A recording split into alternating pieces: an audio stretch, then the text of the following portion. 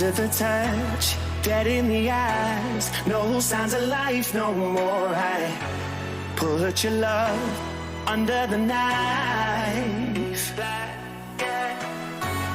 Leave me to die here all alone. No signs of life no more, no. A crying dove may never fly.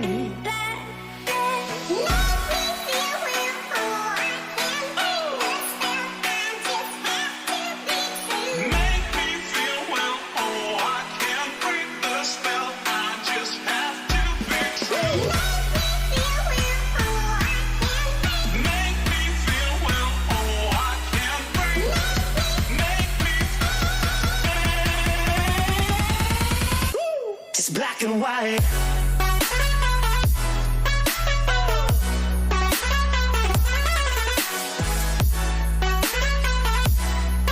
Yeah. Black and white. Oh, oh, oh, oh. Just black and white.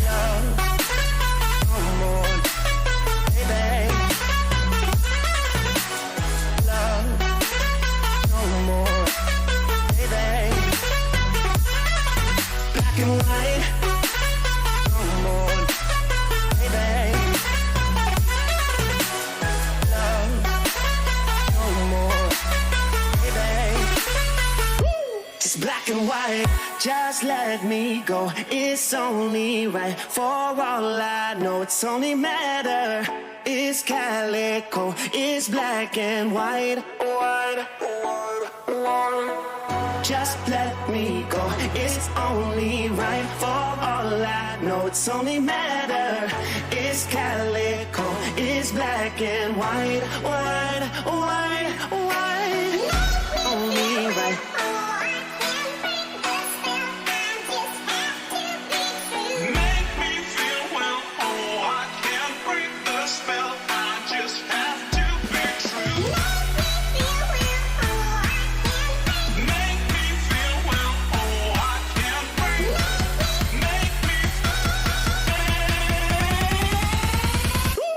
Black and white.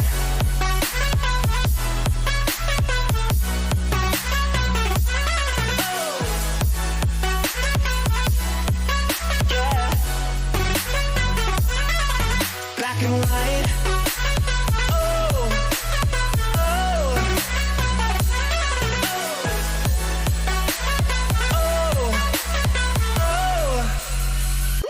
Just black and white.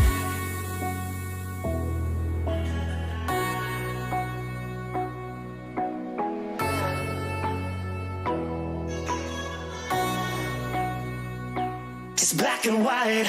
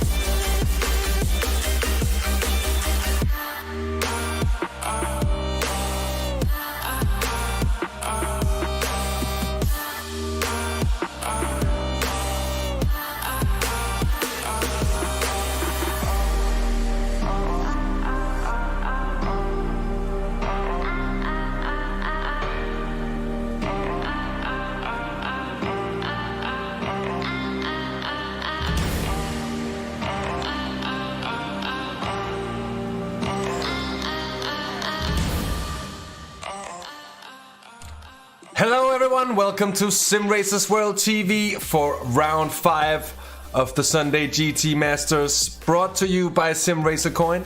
My name is Hasse Rømer, I'm here with Edward May, and we're at Watkins Glen for what is usually a race of attrition, especially when it comes to these rather large GT3 fields. And I think Edward will agree with me in the fact that it is our expectation that tonight will be an, well, action-packed race, I think, to say the very least. We're expecting good fun, and I hope you're expecting the very same. Let's go to some live pictures, Edward, and yeah, how are you feeling tonight, mate? Yeah, I'm really looking forward to this. Watkins Glen is such a brilliant track, isn't it? I always love when the series we broadcast here on Sim Racers World come to this circuit because it never disappoints. The racing is always entertaining, and on a track that demands so much of the drivers, you often see the cream rising till the top. We can see in practice those familiar names with actually I believe Gaston Macaroni. That's the first time I've seen him topping a practice session, which does bode well for his performances in the race. Usually he does race better than he qualifies, so we'll see if he is the man to beat this evening. Matthew Forrest as well, a driver we often see right up there as well, currently second place in this session. Of course, practice, we can't read too much into this, but it does bode very well, doesn't it, for some excellent racing this evening. We can see here going into turn 1, that's going to be one of the key action zones, I think, for plenty of the overtakes. The run out the final corner into the first 90-degree right hand. You can take a lot of the exit curves. Drivers might be trying to use all of that and maybe a little bit more to try and stay in front. Yeah, indeed, it's plenty of opportunity to, but also plenty of opportunity to fail, I think, especially with the chicane here. Often, I think, tempting people to go for something that in the end isn't really going to be possible. But it's great action, and it's definitely a great track from a driver's perspective. It's a very old school track, Watkins Glen, one of those few tracks around the world that really keeps the spirit of old school motor racing alive. And I say that from a sim racer's perspective. I guess in real life it does take a special kind of person to really put the foot down on a track like this. Considering you got walls pretty much all the way around, they are very, very close indeed. So usually what we see here as well is that mistakes do not go unpunished, and I think we're gonna see that as well tonight. Edward, the standings are close, and it's been a thing throughout the first season we had here when it was the Sunday GT3 World League, and now it's the Sunday GT Masters. Still all the same sort of action. 3 drivers with 9 points, and Pete Plastow, Cone Mulder, both of those tied on 91 points, and then Matthew Forrest, who to me has seemed to be the driver who's got the sort of the highest top pace in the end, but who maybe hasn't really been able to well, to have his luck with him in the races, but it's certainly been close and tight, and we're expecting a grand 3-way fight all the way through for this title here. Yeah, absolutely. Matthew Forrest, as you alluded to, has been performing very well indeed. 2 race victories this season. His first one coming, I believe, in Zandvoort in the second round of the championship, and then his second one in the fourth round of the championship in Brands Hatch. You see one of his teammates there, Nick McLaughlin, getting it all wrong through the chicane. But like we were mentioning, yeah, Matthew Forrest, very, very quick, although he does have a non-finish to his name. A very unlucky performance, you have to say, at Spa-Francorchamps. That was one that's going to live long in the memory because he was dominating all the way through into practice session. No one could touch him in terms of his one-lap pace. But the off-tracks really sent him down by the wayside. As drivers are struggling to get around this circuit. You just saw, I think that might have been I'm not sure who that was. I think that might have been Timo Pyer, potentially for Holy Cow Racing, getting it all sorts of messed up there going through the chute. Trying to distract us from what we were saying about Matthew Forrest, though, wasn't it, at Spa? Not able to qualify where he wanted to, and then got involved in incidents further back down the field, scoring no points. did come back very well, though, so expect to see more of the same from Matthew Forrest in terms of his fight back for the championship. Yeah, indeed. We got a few newcomers for today as well. Here is one of them, Nicolas Cucato, the Argentine, another driver for Virtua Racing, a team that's fielding a lot of drivers in the series here, and it's great to see more coming in. And we do have, I think it is Craig Thompson as well, who is... Well, something has happened to Craig Thompson's file here. I'm not quite sure that is correct, that he's Craig Thompson. I don't think he's Argentine either. I'll see to it to have that fixed immediately. But he's in here as well. And then, of course, the one and only Lobster. Rob the Lobster, as he is known. And it's nothing we've made up. He came up and told this to us himself. Maybe he shouldn't have, but he's a good guy indeed, and he is the organizer of the series and running for Holy Cow Racing in the fire-spinning McLaren, and what a choice of car that is, Edward. Yeah, definitely. It's a very tricky car to handle, though, isn't it? We often see sometimes the car losing touch mid-corner, sometimes a little bit of oversteer can creep in. However, it is a very nice car indeed. Going towards the end of practice, though, and we're having a look at some of the drivers, just trying to get a last little bit of practice in. I think at the moment, Hasse, they're probably doing their qualifying runs because in about 2.5 minutes' time, qualifying will be underway. Yeah, very much so. Very much so, and it's it always goes quicker than you think when you get into it, but qualifying it is. And of course, it's worth mentioning the series format, of course, for any newcomers or fresh viewers to the series. It's the well-known, loved, tried and tested VRS format, which means, of course, that it is 45 minutes of racing with the 50% fuel cap on. So we'll see pit stops around the 30-minute mark. We'll have 15 minutes of open qualifying, so it's quite hard. It's at least what we usually see here. It can be pretty difficult for the drivers to actually find that space on track for putting in those fast laps, and we've seen drivers struggle with it to a degree where basically it's been impossible to really put in the time that we know they've been capable of. Of course, they've been running for an hour here or so in warm-up. Matthew Forrest, quickest in practice so far by half a second to Gaston Macaroni, and then Nick McLaughlin, the Canadian, just 0.02 of a second off there in third. Timothy Thunderbrook, 0.04 of McLaughlin there in fourth. Then Martin de Jong, Savino Melillo. We've got Bruno Guedes, who is a newcomer as well for GTZ Bulls, the Portuguese driver fielding the AMG GT3 Mercedes machine here, a big growly beast that is. Yeah, definitely. It's a nice car. Good to see it getting some love. It's fallen out of favour in the most recent build of iRacing with the new GT3s, of course. As soon as the sort of GT3s were reworked for the arrival of the Lamborghini and the BMW, the sort of old tried and tested Mercedes, really, nobody loved it anymore, did it? It was kind of just thrown away. People don't want to play with it anymore, but it seems that Bruno Guedes has come back and certainly enjoying it at the moment in the top 10 positions, currently 10th place. See what he can manage, though, when he gets into the proper business end, which is qualifying. Look at this track, though, isn't it? You can just see the elevation changes, the camber, the way the cars... You've got to take so many different lines, don't you? You always think you want to try and turn in early, but with corners like this one coming up, it's better to get the later apex and power out of the corner. Although that does leave you vulnerable down the inside for drivers trying to send moves. So, expect to see plenty of opportunistic overtakes being made in the race. But for now, practice is over. Let's get on with qualifying. Yeah, indeed. As the session takes over, it's 15 minutes from now on. And what we usually see as well, I mentioned it before, but drivers will be rushing out of the pits. And it tends to sometimes actually create quite a bit of traffic, as we see here as well.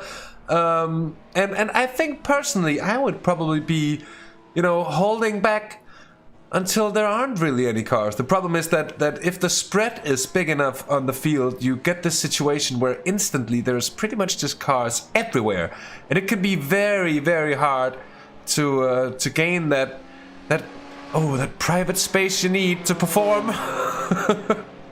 And it's of course, with these GT3 machines, it could be much worse in something more downforce dependent and more prone to be hit by the dirty air of the machine ahead.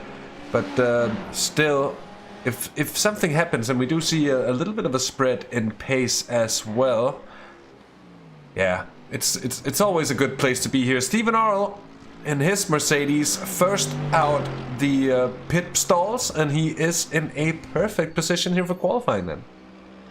Yeah, he's got clear air in front of him. However, will he have clear air in front of him when he gets his first flying lap underway? Don't forget, there still might be drivers coming up the pits a little bit later, trying to warm up their tyres while he's on a flyer. So it's not all going to be plain sailing for the Mercedes driver. As you see him just with 2 more corners to go. And do you know what, Hasse, do you want to talk us through a lap here at Watkins Glen? Well, I shall certainly love to. I'll wait for Stephen Orrell to come up towards the line here. We go on board. Well, that's very, very useless. Why? I've never seen that. But we'll be with the nose cam of the Mercedes here into turn 1. As Edward said, one of the key points on the track. And then this fast, twisty uphill section. Most cars will go flat out through here. Even here as the car goes light. And the track bottlenecks, the right-hander as well, still flat for this section. And this makes it one of the fastest tracks in the world. Coming up towards the chicane that was of course added to slow the cars down before the coming right-hander. That used to be very, very dangerous indeed. And actually a bit of a similar situation to what we saw at Road Atlanta back in the days. Those tracks sharing its similarities in the end.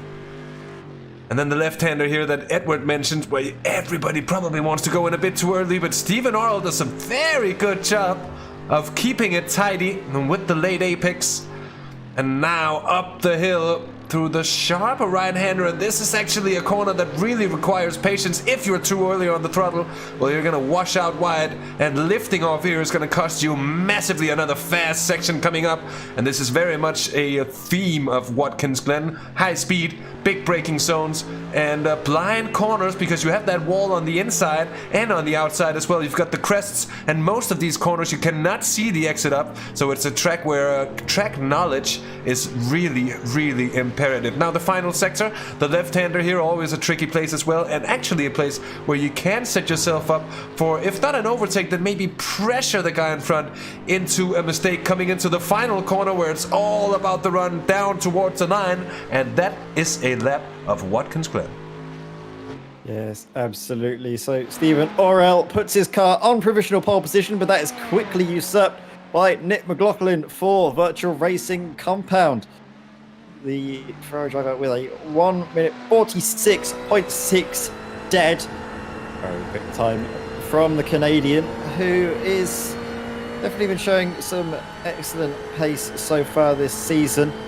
Unfortunately, I don't think was able to attend the round at Zandvoort, which is why his championship results are looking maybe not as good as they probably should for a driver of his level of talent. Meanwhile, there's a replay here. Gaston Bordy, getting it all sorts of out of shape, and that was coming out the toe of the boot here. Just that right-hander gets on the throttle a little bit too early, and he tries to catch it, but it ends up spinning him all the way around just the same. Yeah, indeed. We've had a bit of a problem, I'm afraid, for Alfredo Tricarici as well, and his Ferrari getting very much the same sort of behavior, and what looks to be a tank slapper, and then a slight contact. Oh, and those cars behind. That was a close situation, to say the very least, for about 3 cars. Chris Pio in the Ford GT was one of them. By the way, thank you guys for the kind comments in chat. We're much appreciative of it, and yes, we do enjoy this series as well. It's one of the more unpredictable ones, and for commentating on a series, well, unpredictability always means great fun. And it so tends to be that these sort of gentleman level series are sometimes actually more entertaining to watch than when the top guys go at it, because well, they're simply so good that well, nothing never goes wrong, and everybody's so good that it's all very polished and sometimes hardly even human-like anymore. And it's nice to see something relatable like this as well. I truly enjoy it. Here's Savino Melillo, the Italian for Holy Cow Racing, in his Ferrari in 5th place at the moment. Something we usually, of course, have a look at is the mix of car manufacturers at the top of the field, and yet again it's the Lamborghini of Matthew Forrest and then a bunch of Ferraris surrounding him. So in that sense, that picture has not changed over the last month. No, it certainly hasn't.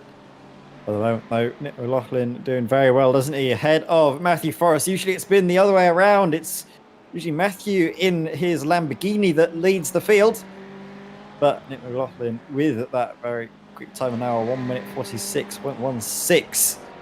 He's setting the pace so far, and that is, what, 0.4 of a second faster than Matthew Forrest. And in these GT3 cars, 0.4 is actually quite a big margin. So Matthew Forrest, he's going to have his work cut for him, as we hear a car, I think, have an incident in the background. Lots of tyres squealing in the background there. But Matthew Forrest now on an outlap, as so is Nick McLaughlin. So we're going to see what Nick McLaughlin can do. You can see he's just warming the tyres up a little bit, coming into the left-hander here, the slow corner, trying to get some heat and trying to get his tyres up into the working range so that he can be right the way out of the box, right on the money. He's going to round the final corner now. This is crucial to getting the best run possible down the start, finish straight. And he's going to kick off this lap to try and improve, to try and make any margins he can, extend his gap to the cars behind in qualifying. Look at this map. He gets on the power. He actually is quite conservative not to run too wide. You can take so much more on the exit of that corner. I reckon it's very lenient there, Hasse. So I'm sure you've had experience of this circuit, what the track limits are like here. Yeah, very much. It's the opposite of Spa, anti-Spa, if you will. It's it's very liberal on track limits here at Watkins Glen, and it's sometimes the most dangerous thing can be the upsetting effect of the curve there. Nick McLaughlin doing very well to contain his tank sniper, and a thing I think we really failed to mention upon, Edward, is the fact that we are having well, every 2 rounds of this series is open setup, and every 2 rounds are fixed setup. So the odd rounds are open setup and the even rounds are fixed indeed. So people being able to tinker along indeed, and let's see what that's gonna mean for tonight's race. Maybe that's part of the explanation to the speed that Nick McLaughlin is finding in his Ferrari, because no one is really able to get anywhere near. That's almost half a second clear on Matthew Forrest, who has been the qualifier in the series so far. And of course, still things can happen. Oh, there's a crash up ahead. Oh, and McLaughlin somehow finds that little bit of space, but of course it's going to ruin his lap, and he is probably going to be furious about that. Let's just see if we can get a better view of what happens. That's Peter Plastow. Pete Plastow has had a problem there right in front. Or is it even Plastow? Oh, that is Pete Plastow. But this is another incident. Isolated in another place on track. That's our championship leader, isn't it? It is indeed. Or one of our championship leaders. We had a problem for Giambattista Chiacchetti as well, as he goes slightly off track, but manages to keep it all under control. And then I'm wondering whether that was Alessio Cornelio before. Well, this is certainly not what we saw before as well. Timo Paya has had a bit of a problem. But I'm trying to figure out who was having that big moment. There's been a problem for This Luca Gigliardini as well. And this seems to have been a rather big one. This could be the incident from before. Is this the final sector? I don't think it is, Edward. I don't think that's coming out of the toe of the boot for Gigliardini. It's a similar incident to what we saw earlier, wasn't it, from the Ferrari? Posing us with this is quite the challenge, actually, just finding out where Chris Roberts. Chris Roberts abandoning a lap, I believe. Okay, well, I'm giving up on that one. For some strange reason, it just won't let me see what we saw there a second ago. Which I think, is that Timo Pyer again having an incident? Oh, there was a car definitely stopped on the inside, wasn't it, of that right-hander? I'm not sure. I think that was Timo Pyer now getting back underway. Going to see a replay, though, of Nicolas Cucato going through the first corner. Oh, too much oversteer. And yeah, that's the typical Audi moment, isn't it? Just too much in. You get a little bit of oversteer, and it's so difficult to catch it when it goes. Meanwhile, though, Matthew Forrest back out on an outlap. I think he might have been caught up in a few dramas as well, because we've seen him on an outlap for quite a while. Nick McLaughlin as well, don't forget, he had that sort of evasive action moment on the final corner, but that also was going to hamper his second flying lap. So both of his laps effectively ruined there, so he has to pull back into the pits and try again. And this will be, I think, the final runs for these drivers in qualifying. Gaston Macaroni here, Virtual Racing, currently sitting in third place. Very good performance, isn't it, from Virtual Racing? In fact, it's a Virtual Racing, I was going to say a 3-4. As I say that, Martin de Jong for Hurricane Racing puts his car up into fourth place. That is certainly not bad at all there, Martin de Jong, and just 1/100th of a second off of Gaston Macaroni there, so he's very, very close indeed, but just off. There's Koen Mulder, who's in 8th place at the moment. So both of the leading drivers, those two drivers, were of course tied in the standings. Mulder, Plastau, 8th and 10th at the moment. So that's an interesting one for me to see, and they're both going to be having a bit of a fight on their hands to get through if they want to score top points. But also there's another thing to consider, is that midfield is always a bit of a tricky place to be when the flag drops at any given track, but a track like this ever more so. Yeah, 100%, especially on the first lap, like you were saying. You got the first corner that has plenty of space for you to run off, but then it's rejoining after that point. It's still technically within track limits, as again, Timo Pyer getting very, very sideways. French driver trying a little bit of maybe his rallying expertise, sliding the car around a hairpin corner like that, but on time, that's not really the fastest way to turn. Meanwhile, we're following Mulder, who, don't forget, is also joint leading the championship, but is second place just by virtue of fewer race victories. 0 to Pete Plastau's 1. Can Koen Mulder maybe snatch a race victory here, though? If he's in the top 10, we often see him charge up through the field. He's very consistent, and not on a circuit like Watkins Glen, where anything can happen. You need to be very, very careful. Could be an outside shout. That's a very good point, and we've seen so many upsets at this track before, and it's a place of broken hearts, I'm afraid. So, but of course, both Koen Mulder and Pete Plastau, both of them more experienced drivers of the field indeed, and also some of the very most consistent we've seen, and that is of course due to being able to read the race well.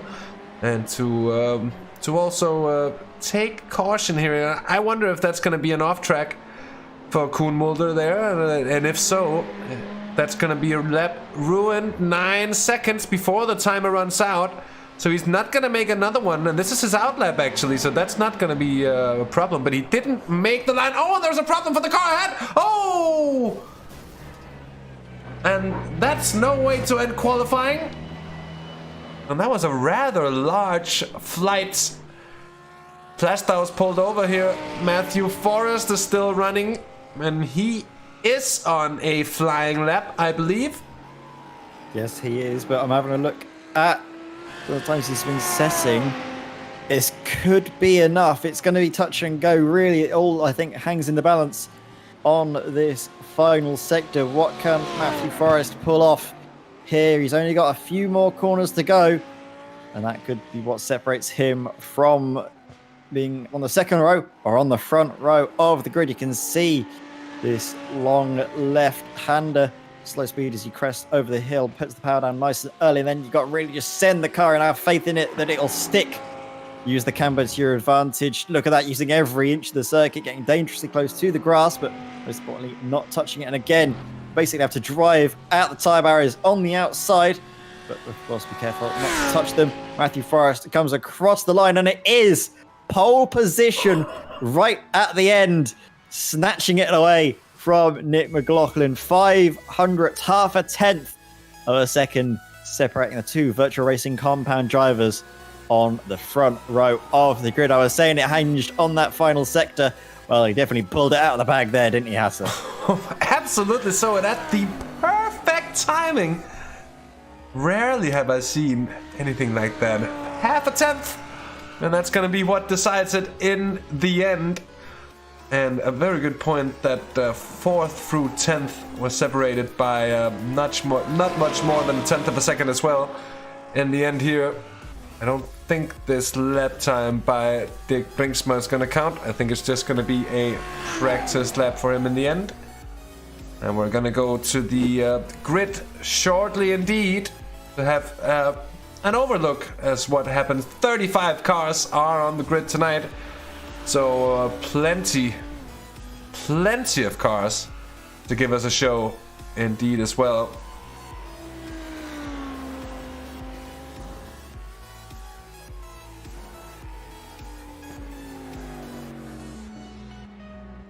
So we're just seeing now Dirk Brinksma pulling off the circuit, coming into the pit lane, and that, I believe, will conclude all of this qualifying action. But the race is shortly going to be underway, and here we can see the grid has a Matthew Forrest on pole position for virtual racing compound. You can see the margins, half a tenth, 500th, separating himself from Nick McLaughlin in second place. Pete Plasdow, championship leader, is third, with Gaston Macaroni alongside him in fourth. Martin de Jong, Marilyn Lazarte, Savino Mililo, Dirk Reski, Timothy Thunderbrook, and Koen Mulder complete your top 10. With Stephen Orell and Bruno Guides. It says his name twice. I'm not sure if it's going to be nice for him out there, though, on the 6th row of the grid. Nicolas Cucato for virtual racing is 13th, with Craig Thompson alongside, with Gaston Bori and Nuno Vinegare lining up just behind.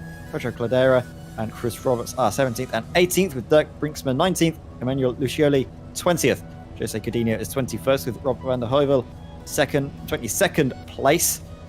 See what he can manage. Chris Pio, 23rd. Alfredo Cicricci is 24th.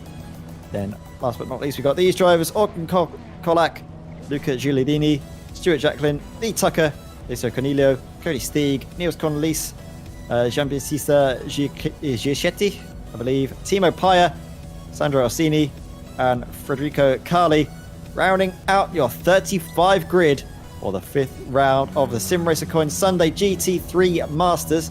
And I believe this is going to be a full pace lap here, Hasse. Yeah, so it looks indeed, and interestingly so. Let's see just what that is going to leave us with. It's going to give us plenty of time to,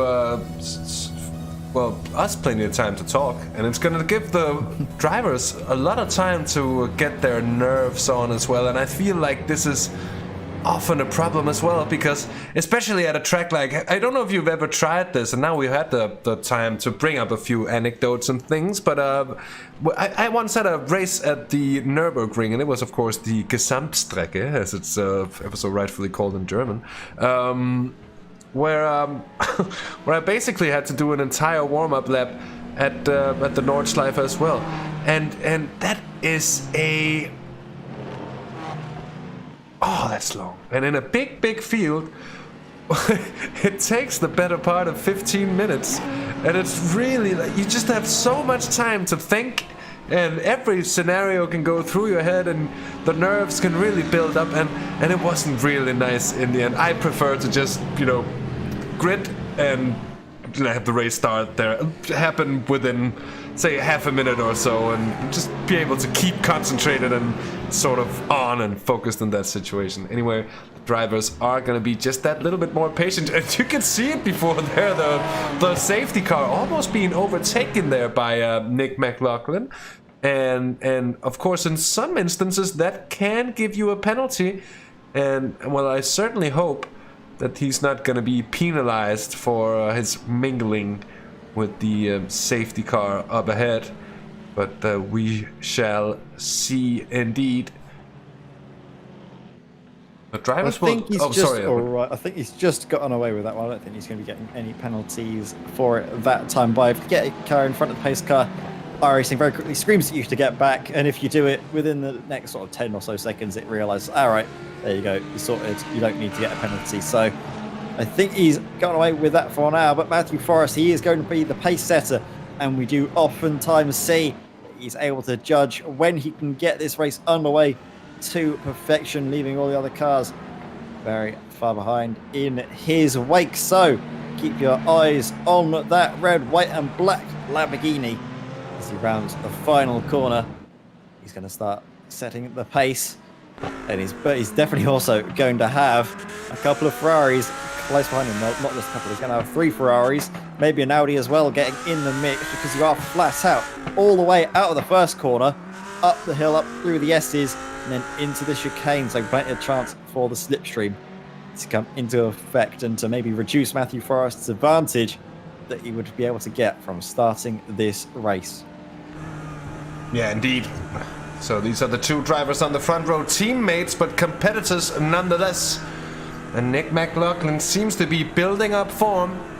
Let's see what he can do once they get rolling from here. Closer and closer we are getting to the green flag.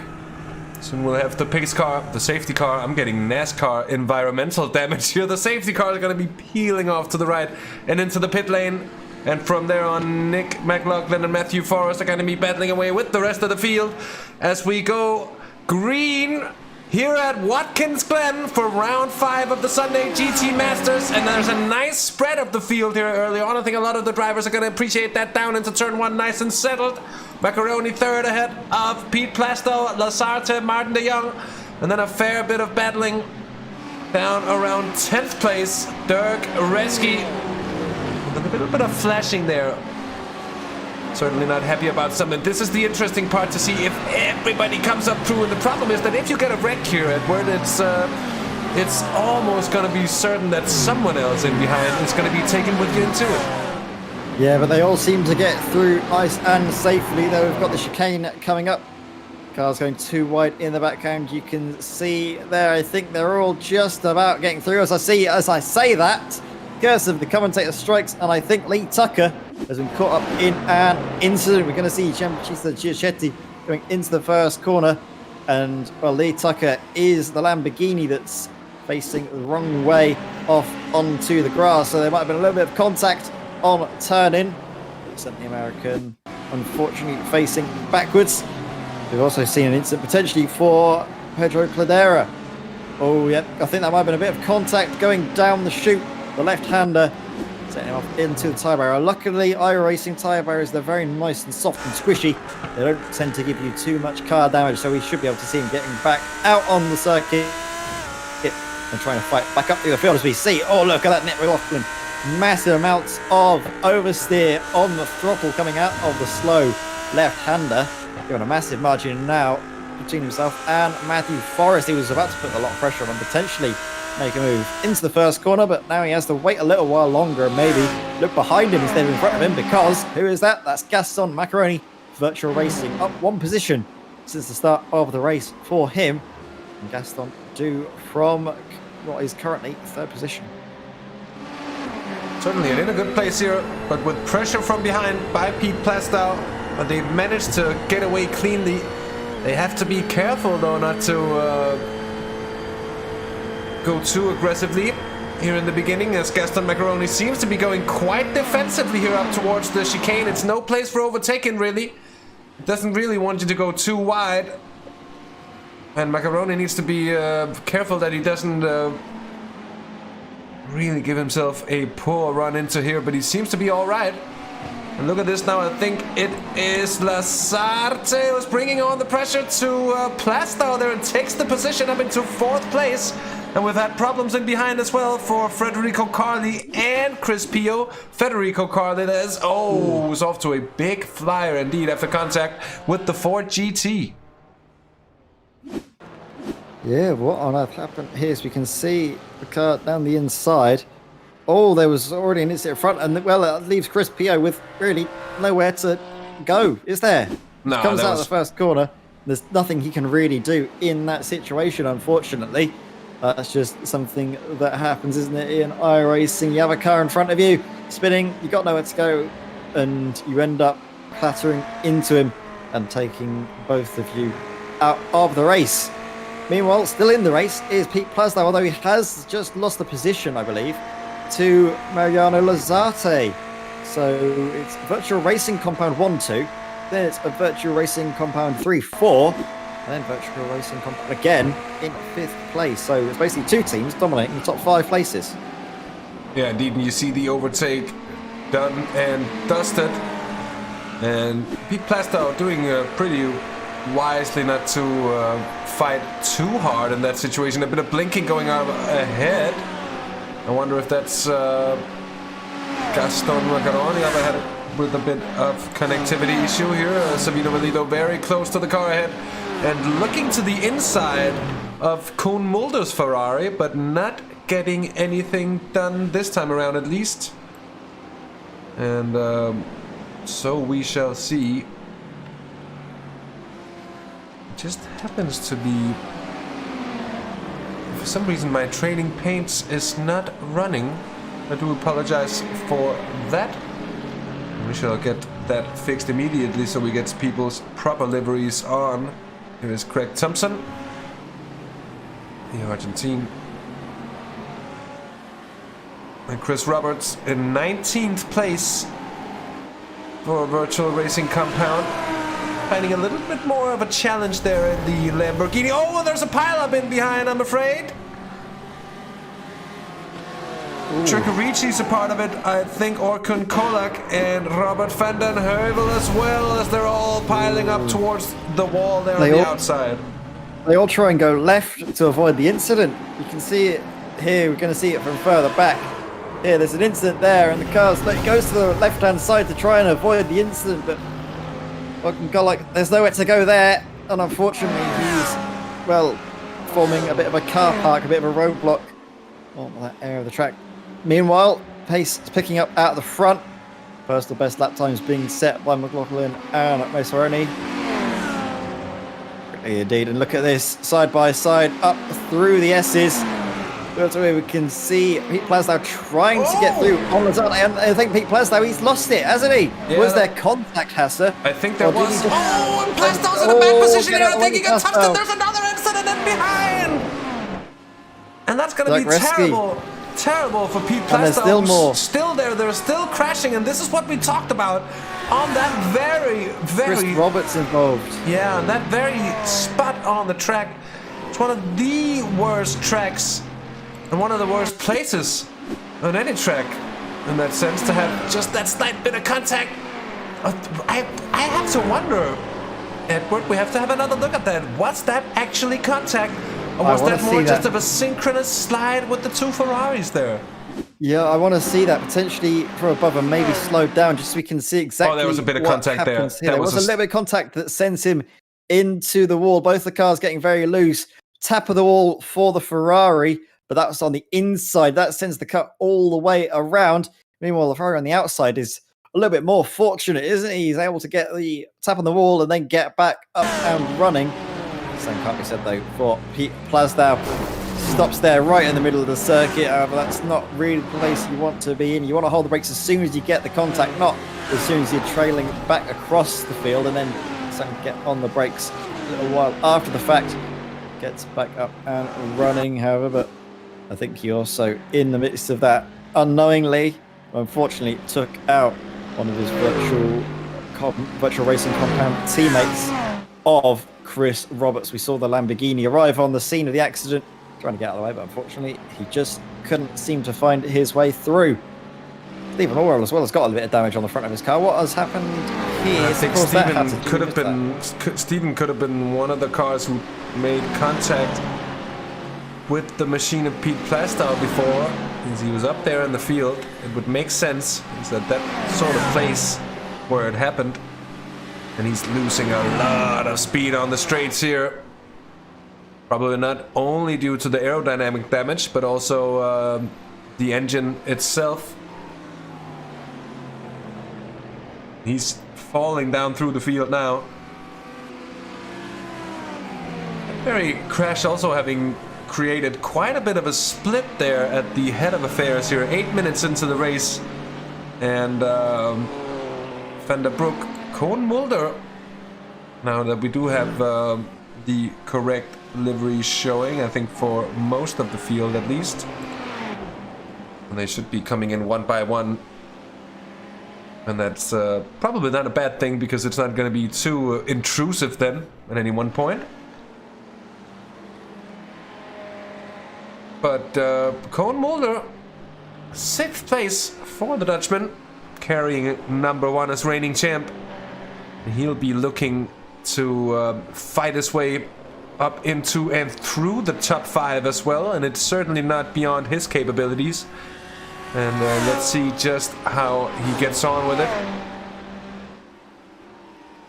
Yeah, as you can see, he's racing to the Thunderbrook, isn't he? Into the first corner.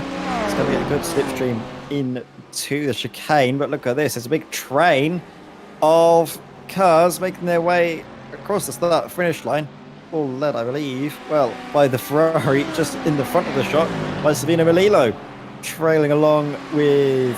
who's that behind Sabino? That is Nicolas Cucato, Gaston Borri, Stephen Orell, Emmanuel Lucioli, Black Brinsma as well. I think Stuart Jacklin as well is just tagging on at the end. Meanwhile, Stephen Orell is getting past. As you can see, it's just not got the straight line speed. The damage is really telling on the front of that Mercedes. Big engine damage, and while he's able to keep going, I don't think we'll be seeing him maybe fighting for top 10 places that we were maybe expecting him to be doing after the first couple of laps. No, I'm afraid you're right there. Now the newcomer Nicolas Cucato in a very good position here within the top 10, 9th place at the moment, under pressure from Gaston Borri in the Ferrari.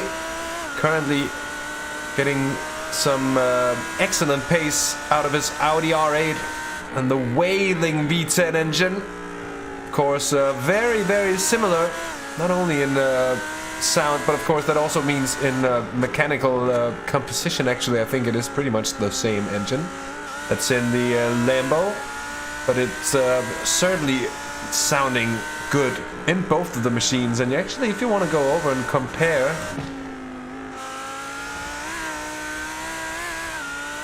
I don't even know if there's the slightest bit of difference, maybe on the recording of the two sounds, but it is the same engine. And when you hop from one to the other, it's also evident here. Matthew Forrest still leading, by the way. A second and a half clear of teammate Nick McLaughlin in the Ferrari. Then Gaston Macaroni third for Virtua Racing. Timothy Vanderbroek up into 4th place, gaining 5 positions for stage 1. A very good race so far for him in the BMW. And then Martin de Jong in the Audi. So actually, quite a bit more spread of the manufacturers there, and 4 different manufacturers in the top 5 here. Yeah, we're seeing, as we mentioned, the spread coming through. Often in qualifying, we see the drivers tend to be dominated in the top spots by the Ferraris and Lamborghinis. However, look at this, Koen Mulder in his Ferrari, really going at it with the Audi driver, Martin de Jong. That was for 5th position, and ever so close, wasn't it, going down through the chute, and then the toe of the boot. Different lines being taken. You can see a later apex being taken by Martin de Jong, whereas Koen Mulder, he favours a tighter line through the corner, carries the speed into it, and then keeps it nice and hugged onto the apex. Doesn't seem to lose out too much. Both those lines equaling out. They just make their lap times in different areas there. We're going to see the same sort of thing here into this chicane. I think they both kind of take the apex a little bit later. And then powering out of the corner. Gaps staying around about half a second, aren't they? But Mulder is trying his hardest. Dirty air, the air wash pushing him out, getting very close to running wide. And again, you can see the wash here. Oh, ever so close to the wall, wasn't it, with Mulder? But he's lost out on time. 1 second now, the margin between 5th and 6th. So Mulder, after all his hard work catching up, he's got it all to do yet again. Yeah, yes, and it's also something you have to be mindful of here. Not only tire wear, it's only 45 minutes, but indeed tire temperatures. And we've had hot track conditions all throughout. As we can see, track temp still 32 degrees here in the race. So warm enough that if you push hard, it's quite feasible that you will overheat the tires. And it's something that the drivers need to stay mindful of here as we're nearing the first third of the race completed. And I think the more relaxed drivers will be able to take advantage of that within the final third of the race if they keep their tires within the optimum temp and working temperature range there. They'll be able to reap what they sow in the later parts of the race here. Yeah, exactly. So what will we be able to find into the later stages of the race? Well, certainly probably more of this action, aren't we? Nicolas Cucato now looking behind at Gaston Borri. Virtual Racing teammates, however, in different machineries. So are we going to see team orders perhaps? Are they going to try and work together to catch up to the cars in front? Or will they be full on gloves off, giving us a bit of a show, a bit of a racing? Hope we get to see some of that, don't we, Hasse? As I think the pit window in maybe 1 lap's time does open up till the end of the race. You can get to around about 30 minutes, half an hour of fuel on a full 60 litres the drivers have on offer. So if drivers do have damage, they can get that repaired nice and sharply. Stephen Orrell will probably be the first of the drivers to take advantage of that. Yeah, I think he'll try to come in as quickly as possible, but keep in mind there's no fast repairs here, so once you get that damage, it's gonna take a lot of time to get it repaired, or at least chances are it's gonna cost you, well, quite a lot of minutes that you don't have in a race like this. So I think Stephen Orrell just has to try and see if he can hold on and hold out for the remainder of the race, because otherwise he'll find himself at the very, very back of the race regardless. But it does seem like his car's caught quite a bit of damage, and it's not really behaving like it should be. And we've seen, I'm afraid we have indeed seen a lot of drivers retiring from the race already. I think we've got 21 cars still running here, Edward. So attritional opening 15 minutes indeed it's been. Let's hope we get everybody else to the line safely here. Oh yeah, 100%. Definite. We've been seeing, yeah, like you mentioned, a lot of attrition at the early phases, but I think coming into this round, we were expecting it, weren't we? Watkins Glen is a very... Oh, that's Lasarte. That was high up in the that was high up in the standings. Sorry to cut you off there. But he went straight into the pits. Mariano Lasarte from what was 4th, I think, indeed. Here, Dirk Reski, who's always been in... Oh, he's already been in one situation, and that was a product of that, I think. Jose Godinho has been off here. And this is actually... Let's see, here's Vinagre. And oh, you were not hoping for this to happen, but it did happen. The two Portuguese drivers, I think, coming together in that situation. And then just to check out, while we're having the incident cavalcade here, that's Chris Roberts, who just ever so slightly grazes the car of Pete Plastow, and that's enough to send him flying into the wall. And that is one of those incidents you will be very happy that we're dealing with the sim here and not real life, because that would have been rather terrible indeed. 100%. Yeah, you don't want to be seeing anything like that happening, but unfortunately that's just the way racing goes. You will have these incidents at some point in your time.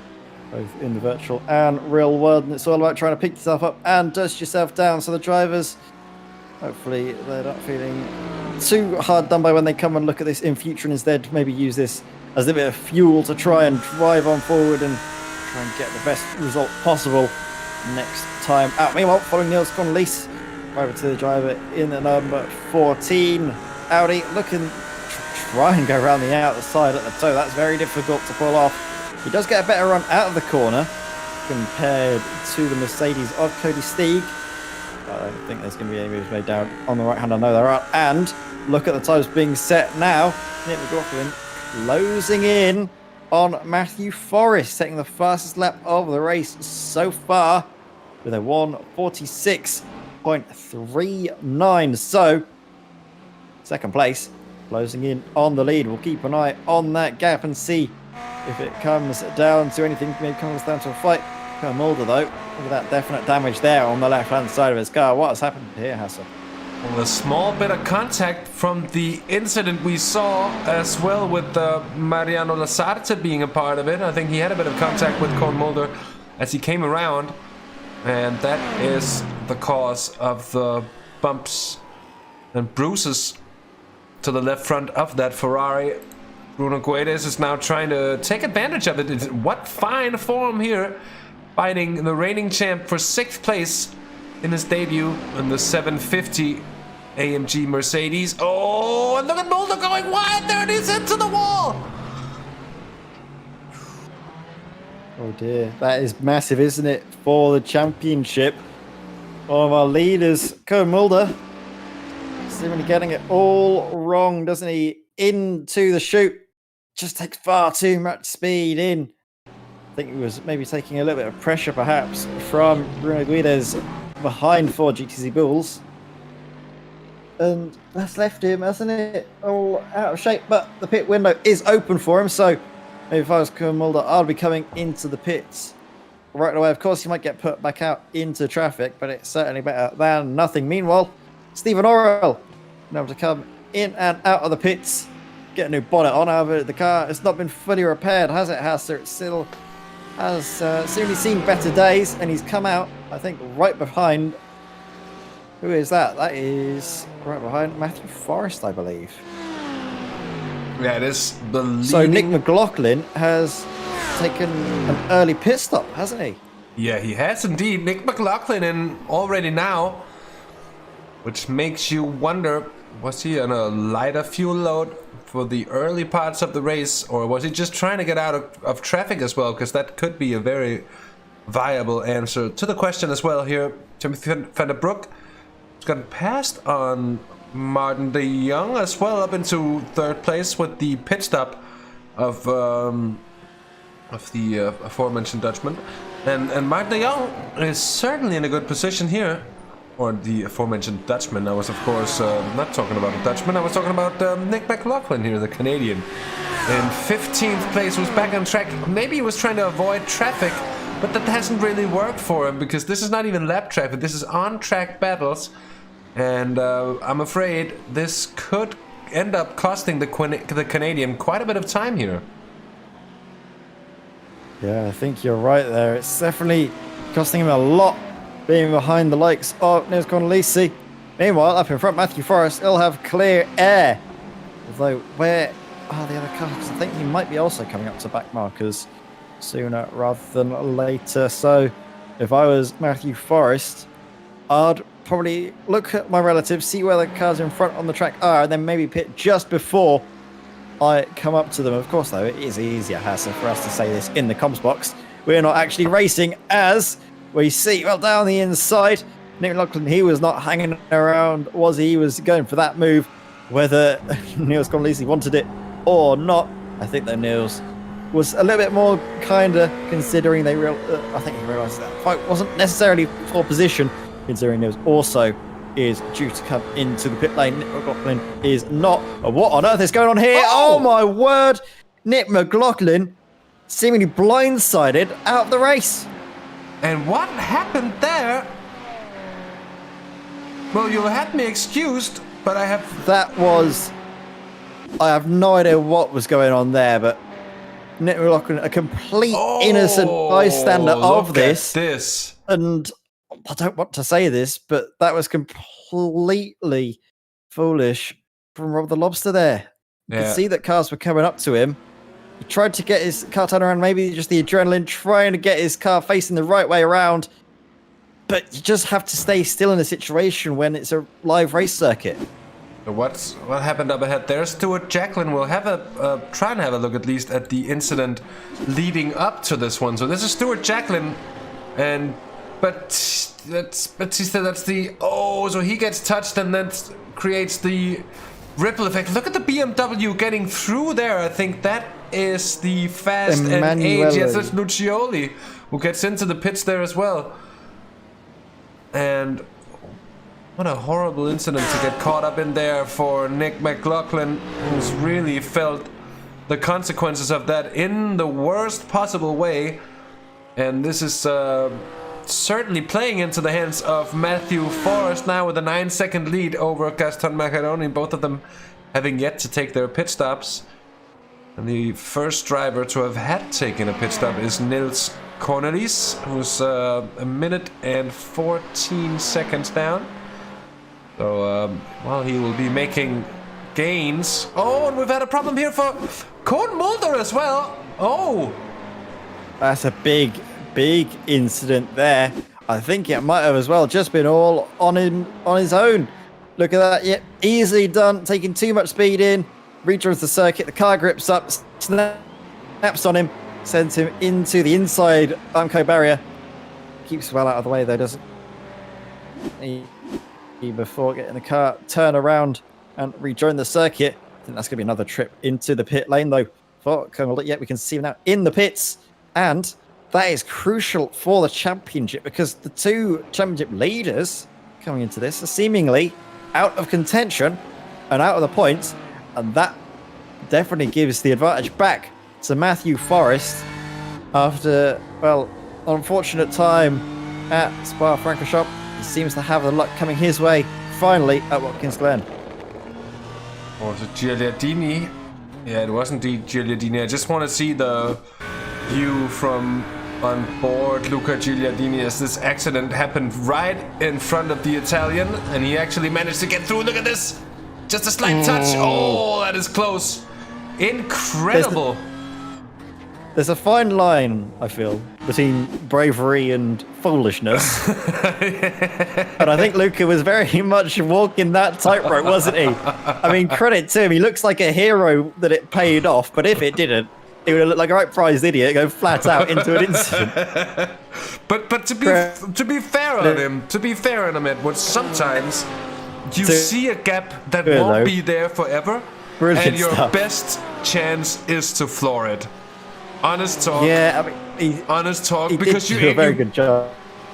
Well, he only just about grazed a few cars on his way through. I felt like it could have gone a lot worse, to be honest.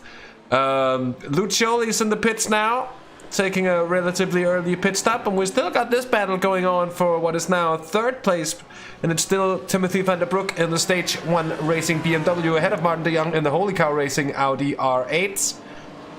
And while de Jong was close a few laps ago, it seems to be swinging in the direction of Thunderbrook, who is setting a very decent pace at the moment. And actually, if they continue at this rate, they will be catching up to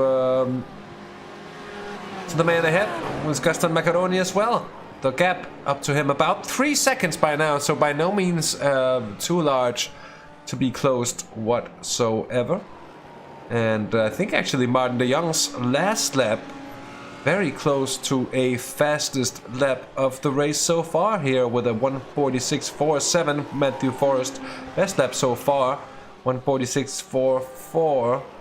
So yeah, indeed, close together they are, and in to the pits comes both Matthew Forrest and Gaston Macaroni, while I think the two Dutchmen will be staying out. And yes, indeed, it's going to be one more lap for Thunderbrook and Martin de Jong here as we're coming into this crucial section, the deciding 15 minutes of this race, Edward.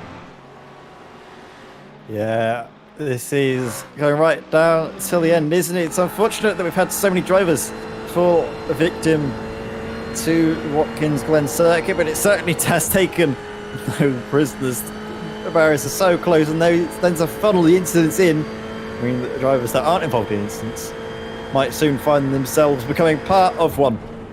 Look at this though, Savino Melillo, he's been able to keep his car clean all race long, and that has put him in a good position, doesn't it? Currently P4, chasing down at the moment, podium position. Of course, all the drivers, including himself, in this little fight do still need to come into the pit lanes. It might not be a podium fight till the end, but I'm sure Savino will enjoy being this high up for Hoka Racing and having a nice fight on. Back markers trying to get out of the way there. I think that was the car. I'm not sure who that actually was, to be honest. I want to say it was, but I have no idea, to be honest. That's one of the Gabbiani Racing McLarens. Gabbiano Racing Team. I think that was Sandro Orsini. Indeed it is. And the number 10 machine there. And another close battle at the moment. Cody Steek, Gaston Macaroni there. But Gaston Macaroni haven't had that pit stop, so he doesn't want to spend any time here behind Cody Steek, who still has to take his stop. Although I think, by the looks of it, he'll be coming in at the end of this lap as well.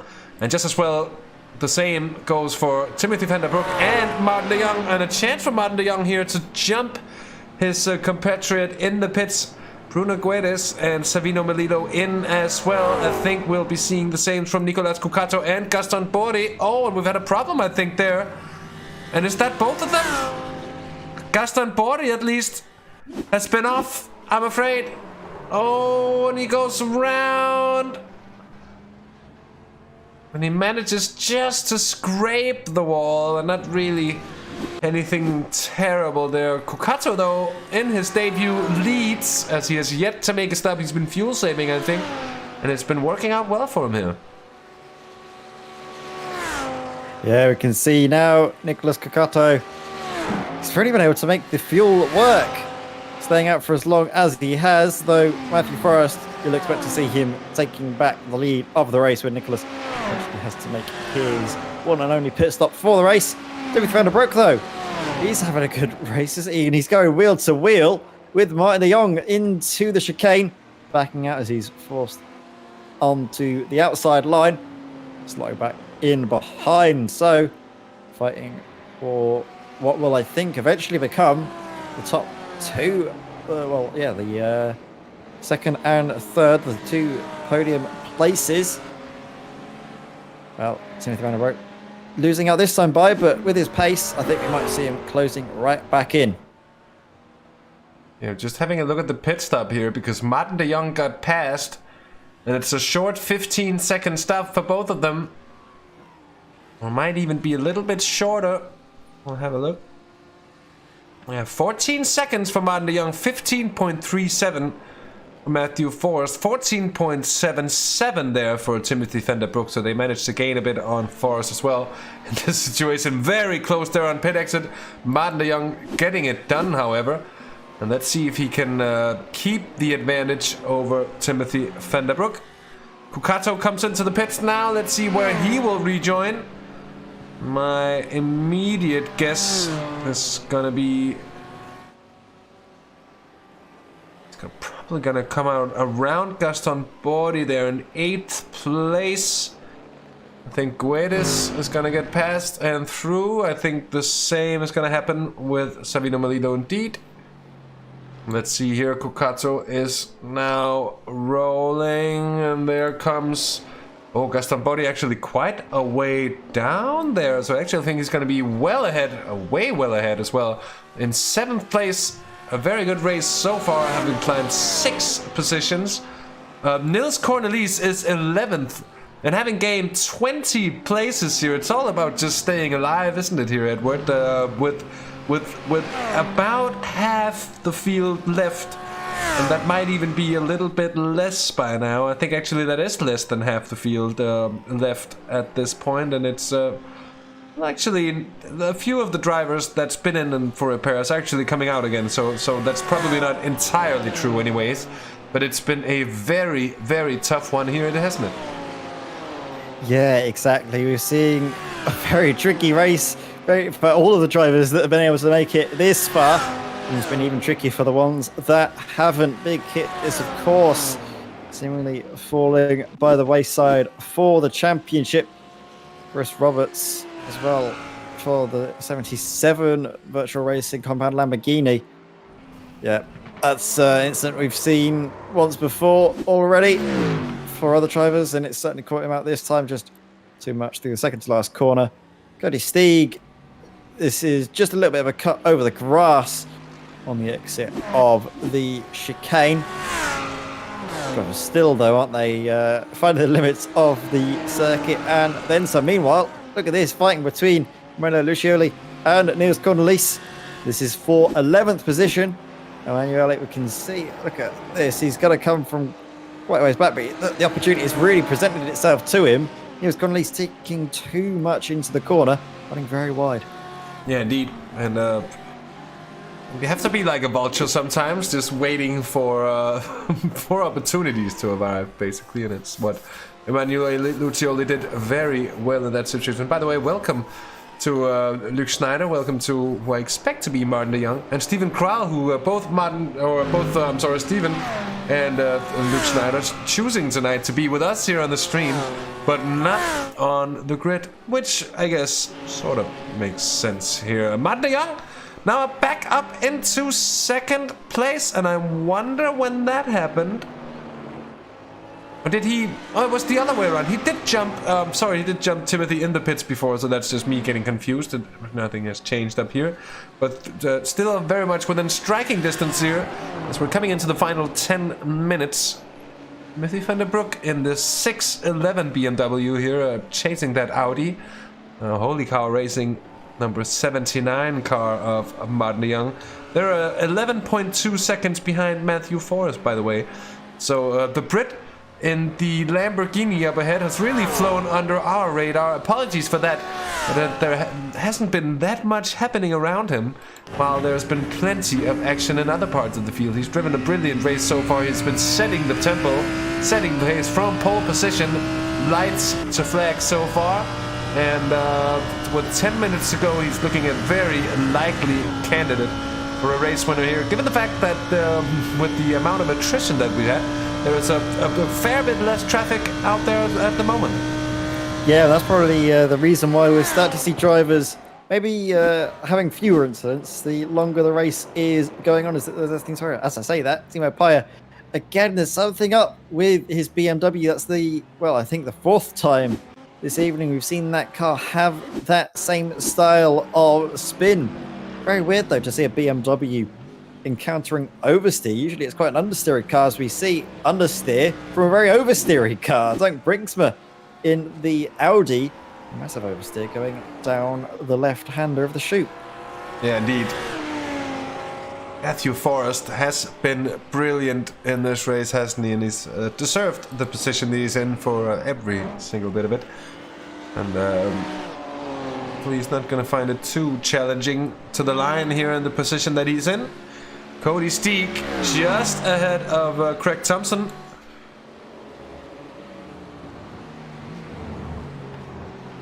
A narrow line there from Cody Steeg. Both of them just about into the top 10 here. And you're thinking also about the implications that this race will have for the championship standings there. Pete Plastow is out of it. Koen Mulder is out of it as well. And with that said, Matthew Forrest looking for a win here, looking for a lot of points with pole position as well, and a possible fastest lap too, which means that he could really rack up the points to get himself off the top there of the, or on top of the championship standings, but with a gap, and that's the most important bit. Coming into this race, he was 9 points behind, and that could be reversed to something closer to a 20-point lead coming out of this race, and I don't think we were expecting that much to happen here. Yeah, exactly. There's been a lot of action to try and unpack. It's been very difficult, isn't it, to try to approach this from nice, cool, and just be like, oh, this is going to be a nice race. So we're going to just talk about some just chill vibes. And no, we've certainly not been treated to that. We've been treated to quite the opposite, quite a fast and frantic evening's racing here at Watkins Glen, but as well as being a little bit mad, it's definitely been very entertaining. Seeing at the moment now, Martin de Jong looking back from his car at the BMW of Timothy Thunderbrook for stage 1 racing. Up 6 positions, but I think 6 of those positions were made up just because he wasn't having incidents when everyone else in front of him was. Been able to keep his car nice and consistent, which is, well, half the battle. And if you're able to do that, oftentimes in these series, you're able to make up a lot of places and, as the probably score, some good points.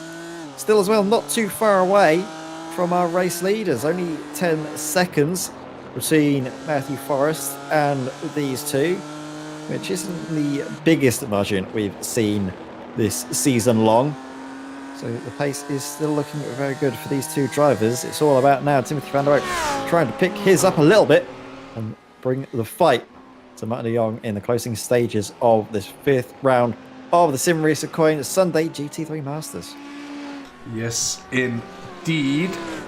Craig Thompson still trying to get the better of Cody Steek as well, as I just glance throughout the standings, and there isn't really many drivers that are indeed that close. Otherwise, Gaston Bode has driven a pretty relaxed race for himself. He started 4th, he's still 4th.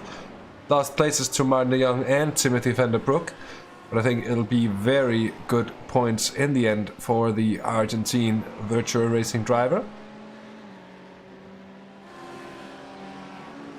And again, I have to say they're the newcomers doing well. Both of them, Cucato and Craig Thompson, they're both of them in the top 10 here. And more importantly, seeing, or at least looking like seeing here, as we're coming towards the final 5 minutes of racing here, they both look like they're going to see the checkered flag at the end of a very attritional race, which is also always going to be a big pat on the back indeed for the fresher drivers coming into a series like this.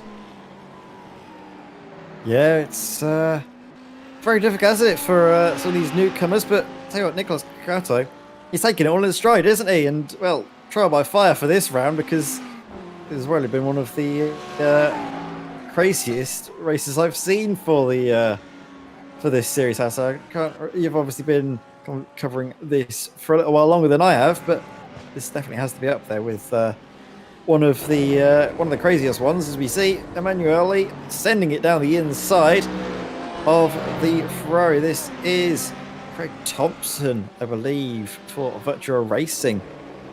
Getting past there, but what is that? That's Martin de Jong. Martin de Jong, turn 1, all by himself. He gets Audi'd, I'm afraid. And the car just keeps on rotating. Oh, and he just taps that little bit of a bump there as well. He's down into 5th place now. Bruno Guedes up into 4th. Looking very good indeed there. But now it's I think, guaranteed 2nd place for Timothy Thunderbrook if he can keep the BMW on track. Lucioli now bringing the pressure onto the rear end of Cody Steek. Now will be feeling the heat indeed. Lucioli has been a fast man so far. We're on board with the Italian.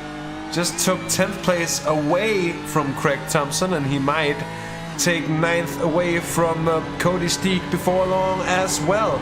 0.2 of a second here, and they're coming up towards the chicane. If he gets a good run here, perhaps with the help and assistance of that car in front, who could just be in front as well and be in the way. Oh, gets the squeeze as well, Lucioli. But well defended, I have to say, from Cody Steek, because he was in his right to do so and choose his line, being ahead in the end, and he has to contend with that traffic as well, and couldn't really have done so much differently, I think, in the end. And Lucioli also doing a good job of staying behind here. He has a big old look up the inside of Cody Steek's Mercedes, but nothing more. Of course, that would have been a very deep lunge as well, you could say, and probably a good thing that he didn't indulge into such a one. Look at Timothy Thunderbrook's gap though down here to Gaston Macaroni in 3rd place. That's looking like it's closing at a rapid rate here. Yeah, he certainly is. So keeping an eye on the times, what is going on here? Are we going to see potentially a fight right till the end at the line. Certainly could do. Here we can see, well, Emanuele, he's carrying his charge on, getting past Cody Steeg now. He already got past the Ferrari the previous lap, and now he's ahead of the Mercedes. Cody Steeg, though, what a race it's been from him. Up 20 positions since the start of the race. No driver has made up more than him. Very good job indeed from the Mercedes, keeping it nice and stable for a car that in this recent build has certainly become anything but. Meanwhile, look at this, Gaston Macaroni. He is, as you're telling you what you are right, Hasse, he is closing in to the rear bumper of Timothy Thunderbrook. But is this the final lap of the race? Where is Matthew Forrest? When will he come up to the line? A lap time here is around about 1 minute 47 seconds. Depending on when he comes across the line now, I think this will be the final lap of the race, just about to start now, Hasse. Yeah, indeed it is.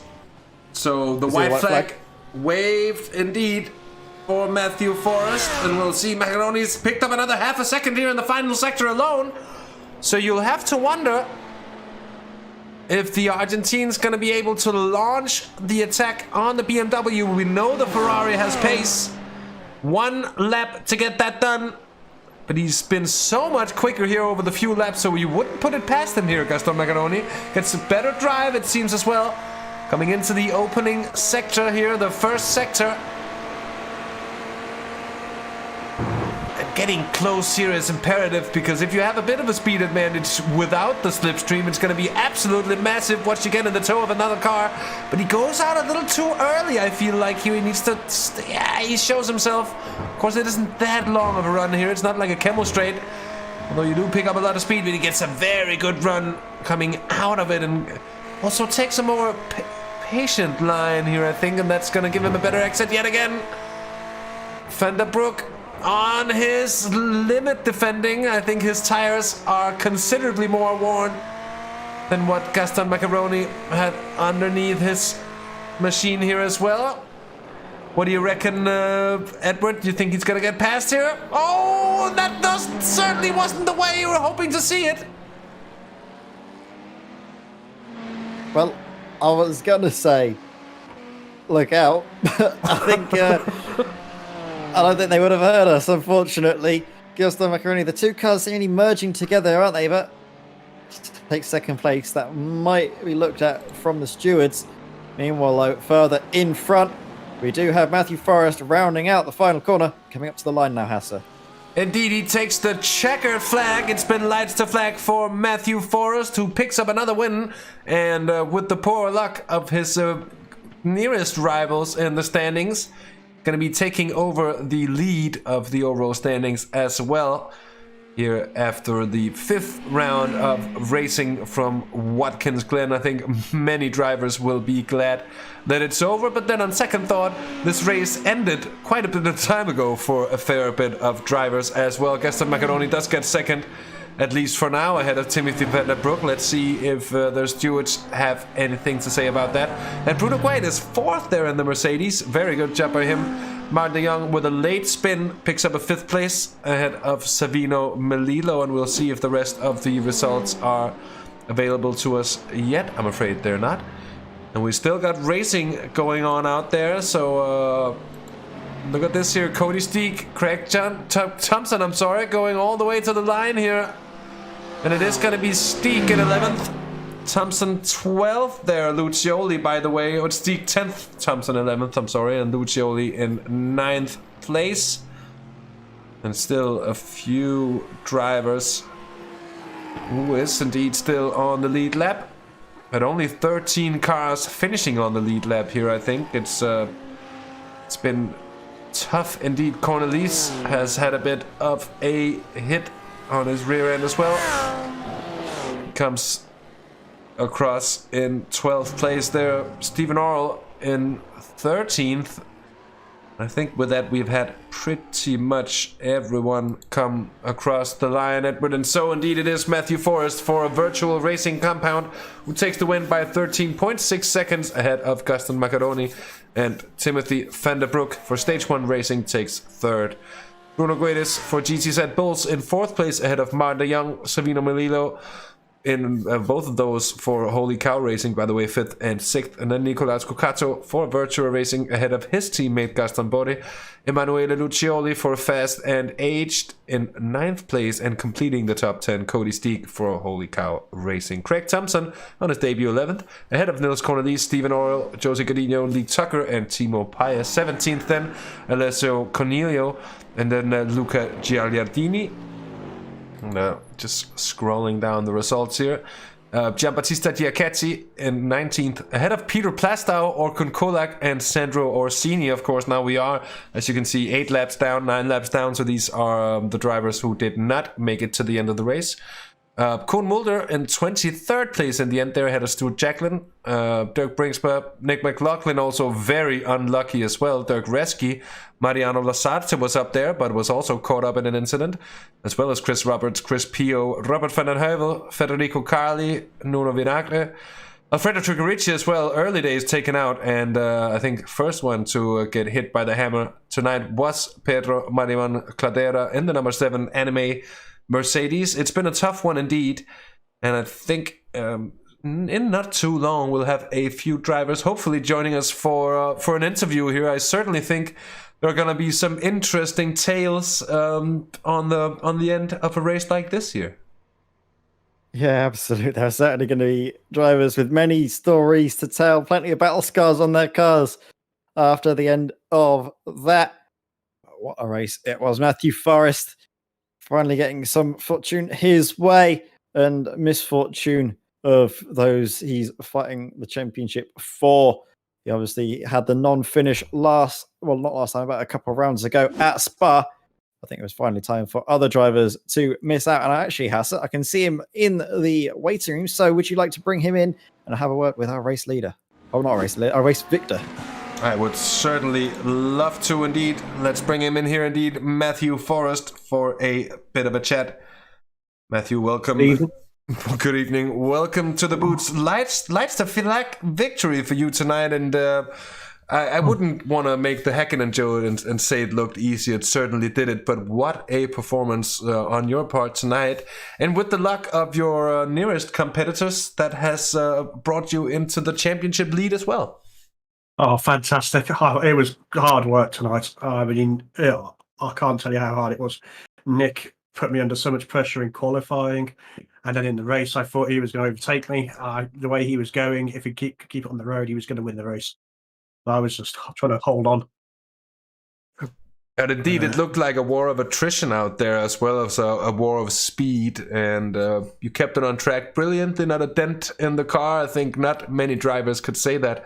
Did you feel like it was a big advantage tonight, being on pole position, having a clear track from the very get-go there, and staying clear of the incidents behind? Definitely. It's one of those tracks that, it's always, when you race it in the official series, it's always one of those tracks where people, end crashing on the first lap, going up to the hill, coming down, into the chicane. And if not the first lap, usually the second lap. But yeah, it's really important to get, that pole position. And as I say, Nick really pushed me today for that. I was only on the last lap that I managed to get the time in.